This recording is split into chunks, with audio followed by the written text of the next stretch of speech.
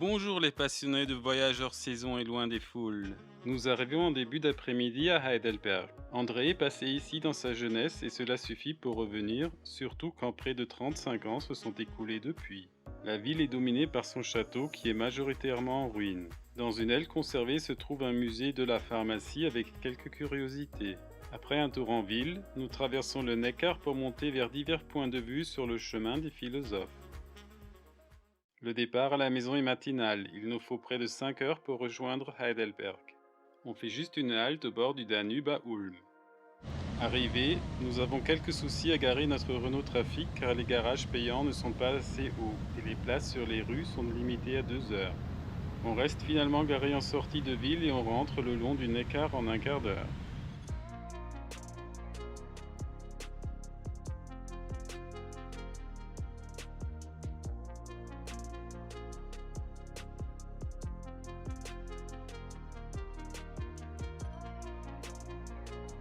On voit très vite le fameux château.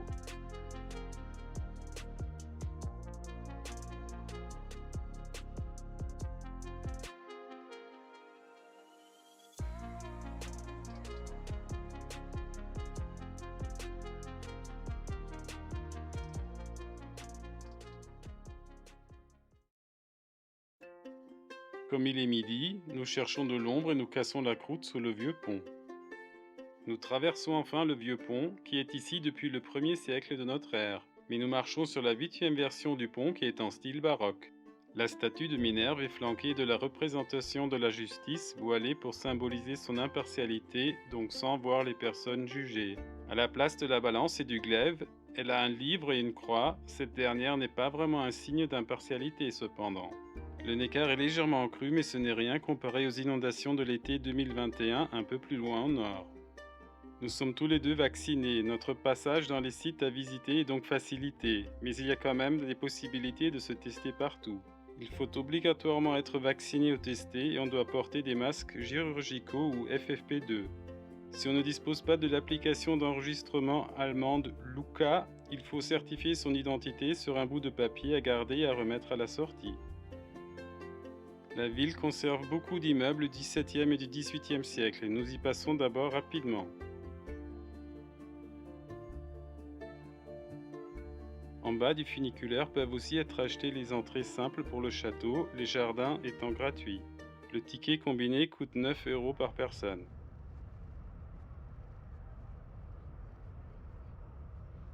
Le funiculaire passe principalement dans un tunnel, la station du château se trouve juste au milieu du tracé à l'évitement des rames.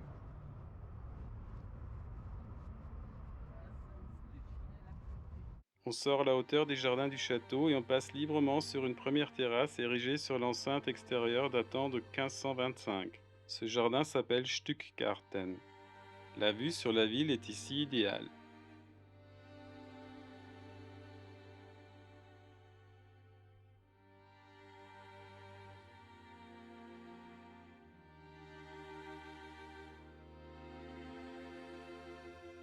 Le rondel est une demi-tour en partie écroulée du milieu du XVIe siècle.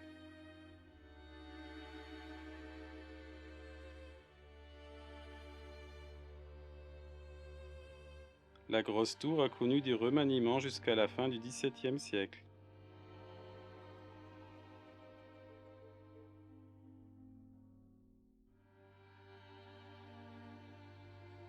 Ce n'est qu'après que l'on voit dans la douve et sur les parties centrales du château majoritairement en ruine.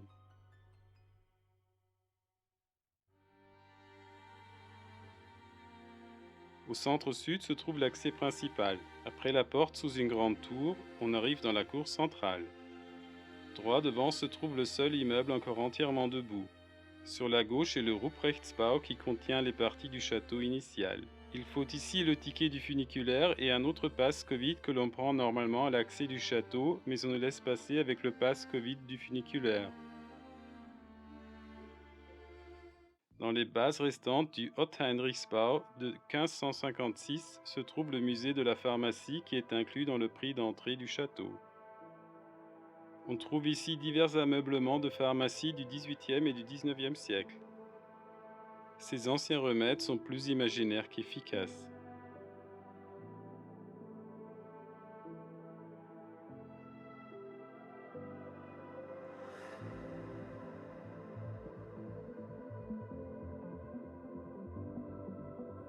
ce n'est qu'au début du XXe siècle que des substances vraiment utiles sont extraites chimiquement.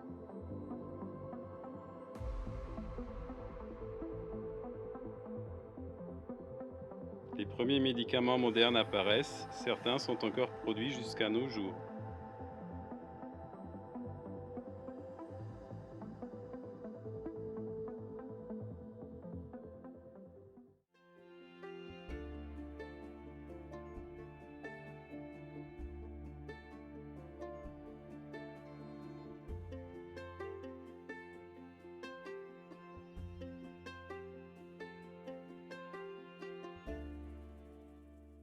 À gauche du Friedrichsbau est l'accès à la cave où se trouve un restaurant, mais on y voit aussi 2 tonneaux géants.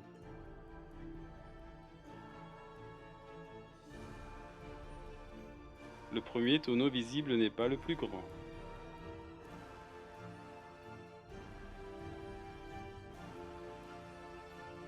Il faut descendre derrière ce premier tonneau dans une cave sombre où se trouve le tonneau de 200 000 litres.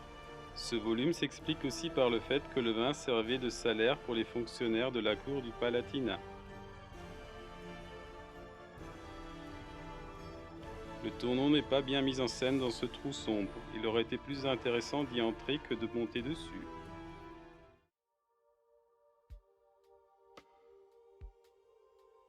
La terrasse nord, avec son petit pavillon romantique, permet d'avoir une autre vue sur la ville et sur la rivière Neckar. On voit aussi sur les collines en face que nous gravirons plus tard.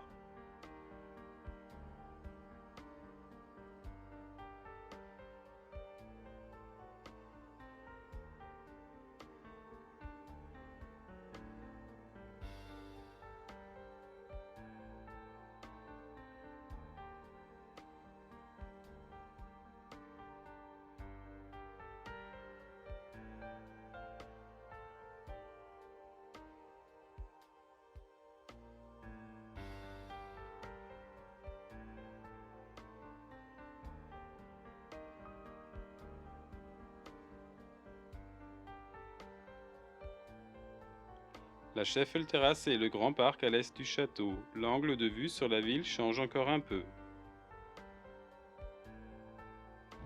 Nous redescendons en quelques minutes avec le funiculaire.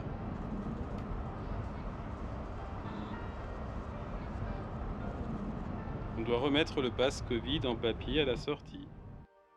On a repéré quelques sites à visiter en ville, mais ils sont tous déjà fermés ou inaccessibles à cause des restrictions liées au coronavirus. Nous déambulons donc sur les grandes places et les cours du quartier universitaire. La tour des sorcières est un reste de l'enceinte médiévale de la ville.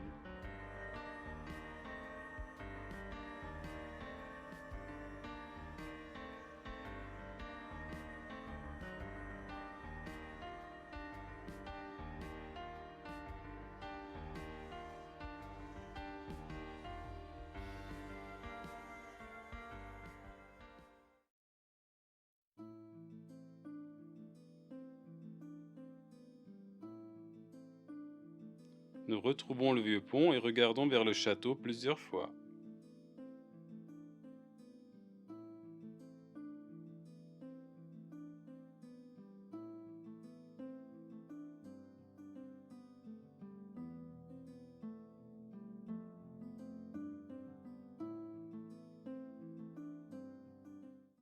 Juste en face de la tête de pont nord monte un chemin sombre en cours lacée.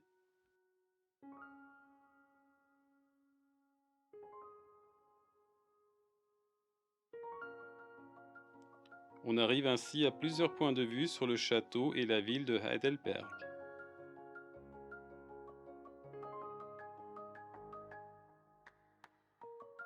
Le panorama s'ouvre aussi sur le Neckar et le vieux pont quand on continue de monter.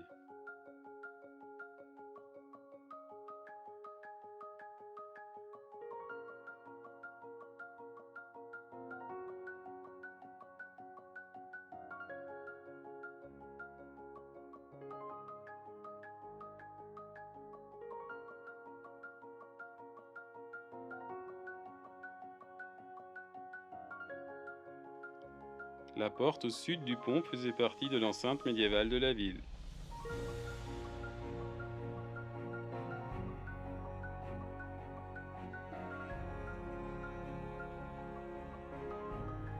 Ce chemin mène sur une route appelée chemin des philosophes. Nous prenons à droite pour rejoindre le point de vue exactement en face du château. Le château a été détruit par les forces françaises du général Mellac au cours de la guerre de la Ligue d'Augsbourg à la fin du XVIIe siècle. Ces ruines deviennent au XIXe siècle un emblème du romantisme. Nous continuons cette petite route vers l'est car notre voiture est garée en amont. Elle se transforme en piste forestière et continue de monter. Pour finir, nous descendons par la forêt jusqu'au Neckar.